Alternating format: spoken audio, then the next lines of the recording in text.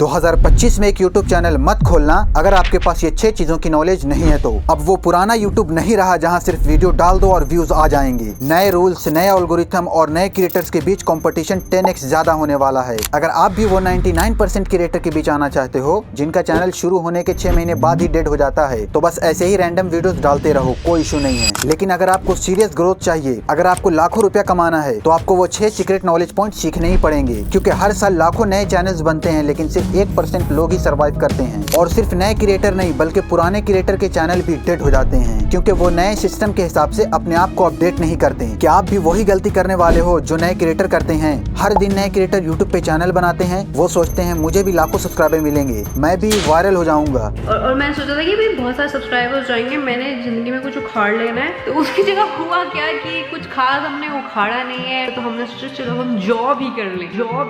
पर सच ये है कि ऐसा कुछ नहीं होता। सबसे पहला झटका तब लगता है जब व्यूज नहीं आता, फिर दूसरा झटका तब लगता है जब आप बर्नआउट फील करते हो कि यार इतना हार्डवर्क करने के बाद भी रिजल्ट क्यों नहीं आ रहा, और तीसरा झटका तब लगता है जब आपके चैनल की रीच खत्म हो जाती है और आपका चैनल डेड हो जाता है। क्या आप भी ये 3 झटके खाना चाहते हो? अगर नहीं चाहते हो ना तो ये 6 चीजें आपको पता होनी चाहिए, वरना 2025 में आपका यूट्यूब कैरियर शुरू होने से पहले ही खत्म हो जाएगा। मैं भी एक टाइम पे यही गलती करने वाला था, पर मैंने एक चीज सीखा, अगर आपको एल्गोरिथम की नॉलेज नहीं है तो आप कितनी भी मेहनत कर लो, ग्रोथ नहीं मिलेगी। अभी टाइम है सीखने का, लेकिन अगर आप इस वीडियो के बाद कुछ नहीं सीखे तो अगले 6 महीने बाद खुद बोलोगे काश उस दिन वो 6 पॉइंट सीख लेता, मगर तब तक बहुत लेट हो चुका होगा। अगर आपको लगता है कि सिर्फ वीडियो डाल के ग्रोथ मिलेगी तो ये भूल जाओ। 2025 में AI generated content, advance SEO और माइक्रो निचेस डोमिनेट करने वाले हैं। अगर एक भी पॉइंट मिस किया तो आप वही गलती करोगे जो लाखों नए क्रिएटर करते हैं, क्योंकि ये सिर्फ एक गेम नहीं है, ये एक बैटल है। और इस बैटल में सिर्फ वो लोग जीतेंगे जो रेडी हैं नए रूल्स के हिसाब से खेलने के लिए।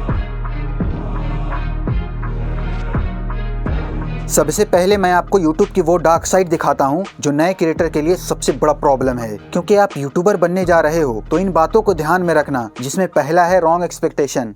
एज एन इन्फ्लुएंसर इतना पैसा कमाया ना मैंने, साला MBA, बैंक, स्टार्टअप कभी कहीं इतना पैसा नहीं कमाया, ठीक है। YouTube से आप सिर्फ पैसा नहीं कमा सकते हैं बल्कि YouTube से करोड़ों का बिजनेस भी खड़ा कर सकते हैं। और अब इसके कई सारे एग्जाम्पल भी हैं, लेकिन यह सिर्फ इमेज की एक साइड है। According to Indian Express 43% graduate जो अभी 26 साल से कम हैं, वो अनएम्प्लॉयड हैं। प्राइवेट इंजीनियरिंग कॉलेज में 15 से 20 लाख खर्च करने के बाद भी 4 से 5 लाख के पैकेज नहीं मिल पा रहा है। ऐसे में जब वो लोग इन बड़े बड़े यूट्यूबर की अर्निंग और लाइफ स्टाइल को देखते हैं तो उन्हें लगता है कि बिना डिग्री के ये लोग कितना अर्निंग कर रहे हैं, और काम भी कुछ नहीं करना, सिर्फ वीडियो ही तो बनाना है, कैमरा ऑन करो और बना दो बस, तो ये काम तो हम भी कर सकते हैं। और यह सोचकर अपने चैनल को स्टार्ट कर देते हैं। सौरभ जोशी यूट्यूब से सिर्फ एक महीने में 80 लाख रुपया कमा रहा है, और यह सिर्फ गूगल एडसेंस की कमाई है। और इसके साथ साथ बहुत सारे यूट्यूबर लाखों करोड़ों रुपया कमा रहे हैं। आपने तो यही सुना होगा, राइट? लेकिन यह पूरा सच नहीं है। पूरा सच तो ये है कि बहुत ही कम लोग एक्चुअल में यूट्यूब से पैसा कमा पा रहे हैं। According to economics time, India में 8 करोड़ से भी ज्यादा यूट्यूबर हैं, लेकिन उनमें से सिर्फ 1.5 लाख ही पैसा कमा रहे हैं। मतलब 1000 में से सिर्फ 2 यूट्यूबर ही पैसा कमा रहे हैं, वो भी सिर्फ 16,000 रुपया per month on an average. New channel शुरू करने से पहले सबको यही लगता है कि बस 1000 सब्सक्राइबर पूरा कर लो और 4000 घंटे वॉच टाइम पूरा कर लो तो फिर पैसा ही पैसा। बट ऐसा नहीं है। पैसा बहुत सारे फैक्टर पे डिपेंड करता है, व्यूज पे, टॉपिक पे, नीच पे, ऑडियंस पे, और भी बहुत सारे फैक्टर पे डिपेंड करता है। अब चाहे आपका बड़ा ही चैनल क्यों ना हो, एक छोटी सी गलती की वजह से आपका चैनल फ्लॉप हो जाता है और एक पल में करोड़ों की अर्निंग जीरो हो जाती है। आज बिना इन सब की नॉलेज के 57% जेनजी एक यूट्यूबर का फेम और पैसा, फ्रीडम देखकर यूट्यूब चैनल शुरू करते हैं, लेकिन जैसे ही उन्हें ये डार्क साइड दिखती है, they quit YouTube. Making videos become problem, a burden to you. Okay, you have to fucking make videos.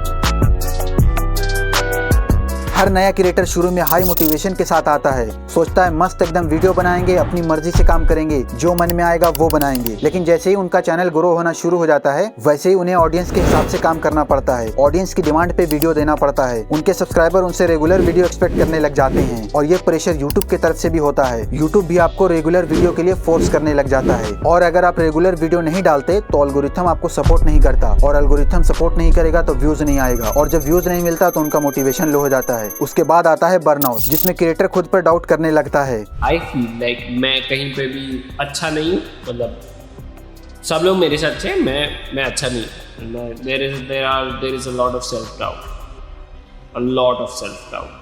और बर्न आउट होके अगर आपकी कंसिस्टेंसी टूटी तो आपकी ऑडियंस आपको भूल जाएगी या कोई दूसरा क्रिएटर आपको रिप्लेस कर देगा। फिर आपको अपनी ही ऑडियंस के आगे अपनी पहचान बनाने के लिए आपको किसी की दुल्हन बनना पड़ेगा और फिर अपनी ही ऑडियंस से रिक्वेस्ट करना पड़ेगा। तो एल्गोरिथम और ऑडियंस को खुश करने के चक्कर में एक क्रिएटर की पूरी क्रिएटिविटी खत्म हो जाती है। अपनी फ्रीडम के लिए लोग यूट्यूबर तो बन जाते हैं, बट यूट्यूबर का काम सिर्फ वीडियो रिकॉर्ड करना नहीं होता है। टॉपिक सोचना होता है, रिसर्च करना पड़ता है, scripting, recording, editing, thumbnail designing, बहुत सारा काम होता है। और जब यह काम रेगुलरली करना पड़ता है तो यह क्रिएटर बर्न आउट हो जाता है। और इतना ही नहीं, जब आप रेगुलर एक्टिव रहते हो तो आप खुद को दूसरे से कंपेयर भी करने लग जाते हो। टॉपिक का टेंशन, व्यूज का टेंशन, कोई टॉपिक नहीं चला तो उसका टेंशन, कोई आपसे आगे निकल गया तो उसका टेंशन, आपका चैनल ग्रो नहीं हो रहा है तो उसका टेंशन। ऐसे ही प्रॉब्लम तो बहुत सारी है जो एक क्रिएटर को फेस करना पड़ता है, जो कि आप भी आगे फेस करोगे, इसलिए इसका सोल्यूशन दूंगा बाद में। पहले ये जान लेते हैं कि 2025 में यूट्यूब चैनल मत ओपन करना अगर आपके पास ये 6 पॉइंट की नॉलेज नहीं है तो। जिसमें से पहला है, इस साल के स्टार्टिंग में आपने गोल फिक्स कर लिया होगा कि इस साल आपको इतने सब्सक्राइबर गेन करना है, या फिर आपको चैनल मोनेटाइज कराना है,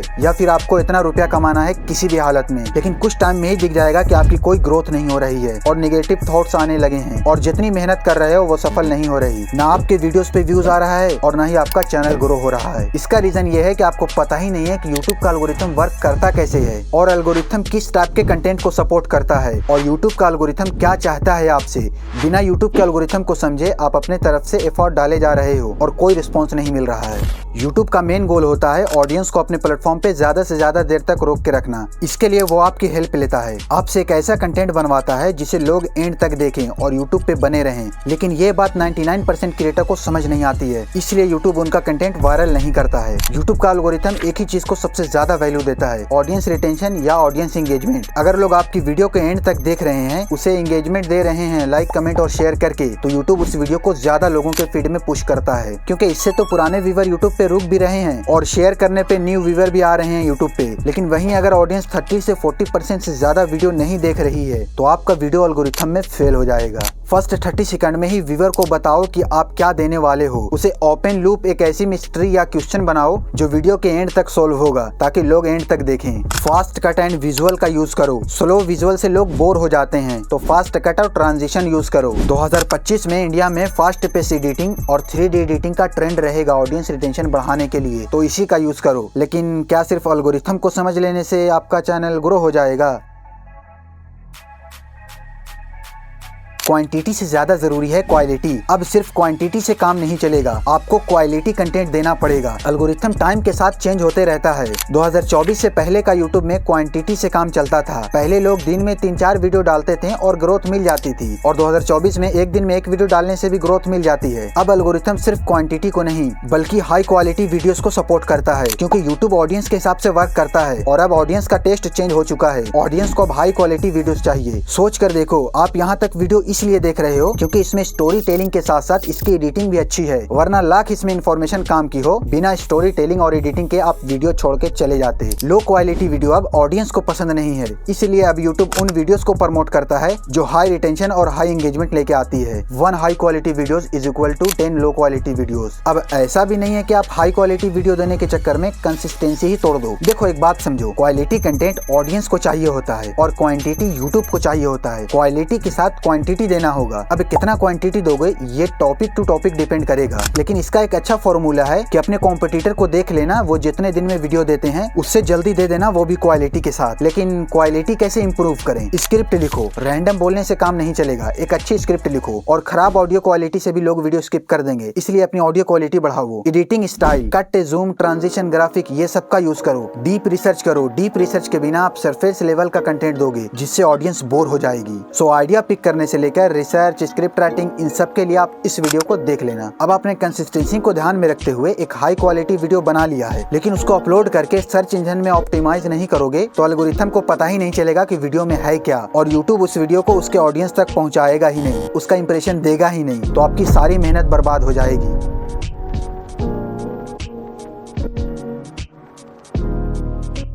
आपको पता ही नहीं है कि इतनी मेहनत करके एक वीडियो को अपलोड करने के बाद उसे वायरल कैसे करें, उसको ब्राउज फीचर में या सजेस्टेड वीडियो में या सर्च में रैंक कैसे करें, रिटर्निंग व्यूअर कैसे इंक्रीज करें या फिर न्यू व्यूअर को कैसे गेन करें, और तो और CTR, RPM, CPM जैसी चीजें क्या होती है। तो आप फिर बिना हथियार के एक जंग में निकल चुके हो जहां आपको आपका ही कॉम्पिटिटर हरा कर खुद डोमिनेट करेगा। SEO में रैंक करने के लिए बेसिकली आपको 3 चीजें की जरूरत होती है, टाइटल, डिस्क्रिप्शन और थंबनेल। और इसके अलावा अपने SEO को ट्रैक करने के लिए और उसे और भी ज्यादा इंप्रूव करने के लिए आपको YouTube का एनालिटिक को अच्छी तरह से देखना चाहिए, क्योंकि अगर आप खुद अपनी एनालिटिक को समझ नहीं पाएंगे तो आप खुद की ऑडियंस को समझ नहीं पाएंगे। एंड अगेन, अगर आप अपनी ऑडियंस को समझ नहीं पा रहे हैं तो एल्गोरिथम आपकी मदद नहीं करेगा। SEO क्या है? SEO का मतलब है आपकी वीडियो YouTube सर्च में ऊपर आना चाहिए। जब लोग YouTube पे कुछ सर्च करते हैं तो आपकी वीडियो उनके सामने आनी चाहिए। वीडियो का टाइटल सर्चेबल वर्ड होना चाहिए, जैसे माई फिटनेस जर्नी, ये रॉन्ग टाइटल है। इसका करेक्ट टाइटल होगा how I lost 10 kg in 30 days, no gym no diet. इसमें इस लाइन से डायरेक्ट रिजल्ट दिख रहे हैं कि क्या होने वाला है, और नो जिम नो डाइट से एक चैलेंज दिखता है कि यह पॉसिबल है भी या नहीं, और क्यूरियोसिटी भी बनती है। और फिर कम से कम 250 वर्ड का डिस्क्रिप्शन लिखो और कीवर्ड ऐड करो, वीडियो को एक्सप्लेन करो और टैग में 10-15 रिलेटेड टैग ऐड कर दो। और वीडियो फाइल का नेम टॉपिक का नेम होना चाहिए, ना कि वीडियो 123.mp4 ऐसा। और CTR बढ़ाना होगा, क्योंकि YouTube SEO में CTR भी काउंट होता है। अब सही तरीके से टाइटल, डिस्क्रिप्शन और कीवर्ड कैसे डालते हैं, इसके लिए आप मेरी इस वीडियो को देख लेना, उसमें डिटेल से प्रैक्टिकल करके दिखाया हूँ। अब सोचिए, आप सब कुछ सीख जाते हैं और अपने चैनल के क्राइटेरिया को पूरा करने के बाद उसे मोनेटाइजेशन के लिए अप्लाई करते हैं और YouTube आपको रिजेक्ट कर देता है। ऐसा होने के चांसेस बहुत ज्यादा है अगर आपको नहीं पता है कि YouTube की पॉलिसी और गाइडलाइंस क्या है।